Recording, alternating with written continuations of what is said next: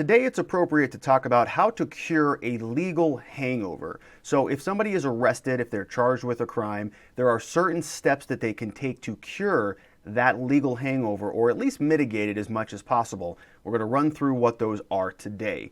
My office, we've helped thousands of people through these situations, and I can tell you this formula works.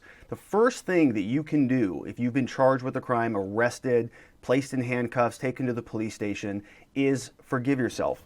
It's very important that you do not beat yourself up over this situation. Okay, in most cases, being arrested is not the crime of the century. I can assure you that you were not the only person who was arrested at that time. This situation does not define who you are as an individual. It's most likely just one bad night, one bad situation, one bad argument, one problem, but it doesn't define you as a person. It doesn't define your entire life.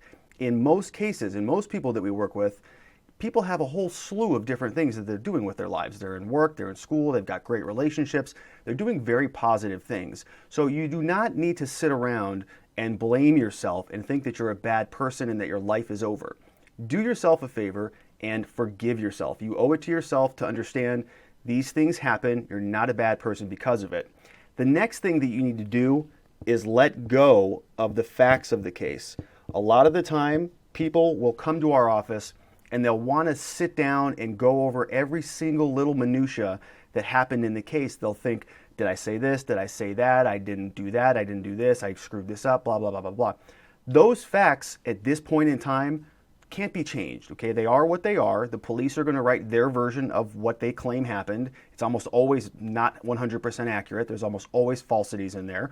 We're going to have our opportunity to clarify the record and to present our version of the events and our version of the facts. But in terms of you sitting in your head and reliving the situation over and over and over, it's just not productive at all. So you need to let it go. I know it's very easy for me to say that, but I'm telling you, it's going to help your mental state. It's going to help as we move the case forward to just get out of your own head a little bit. Otherwise, you're going to drive yourself into an anxiety, you're going to drive yourself into a panic, you're going to physically feel worse, and it's going to be a much bigger problem than it needs to be. So you need to let go of that.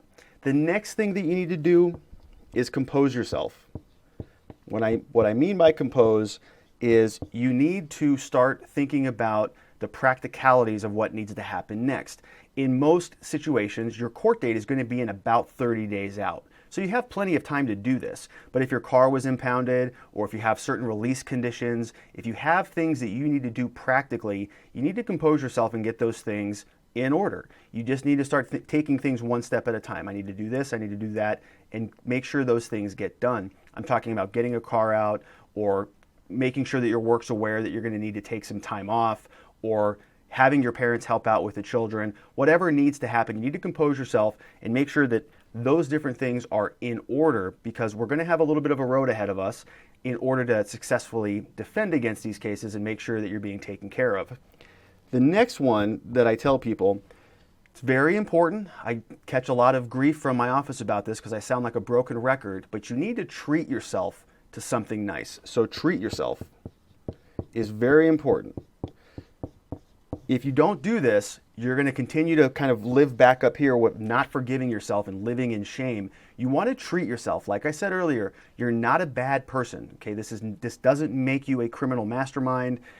I can guarantee you that the police, that the judges, the prosecutors, our office, anybody who's involved in any of this stuff has seen stuff like this many times, and I can almost guarantee you we've seen cases that are 1,000 times worse. So you're not a bad person. You need to do something well for yourself, meaning go get a nice meal, go get a massage, go for a very nice hike or something that you don't ordinarily do.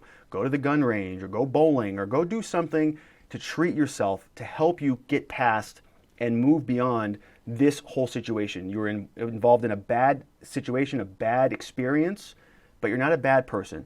And so let's honor and let's take care of yourself. Let's honor the goodness that you are and make sure that you go do something to take care of yourself. Go do something nice that you wouldn't ordinarily do. Get 2 scoops of ice cream or go get the extra patty on your hamburger. Make sure that you treat yourself.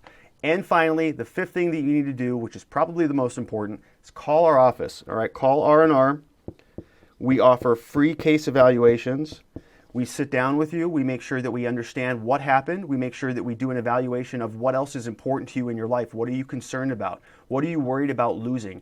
What can we help make sure that we can protect so that this is not impacting you? We're going to go through a mitigation process with you where we're focusing on the goodness of you, the good side of the human person, not just what happened on this night. This was one bad night, but that doesn't define the rest of your life. So make sure that you do call us. Like I said, free case evaluations. We'll get you into our office very quickly. It's going to be a very comfortable experience. We'll make sure that you're well taken care of, you're well heard, and that you're well represented. If you have any questions, please call us. If you'd like to schedule a case evaluation, there's a number on this video. Give us a call. I look forward to speaking with you. Thanks for watching.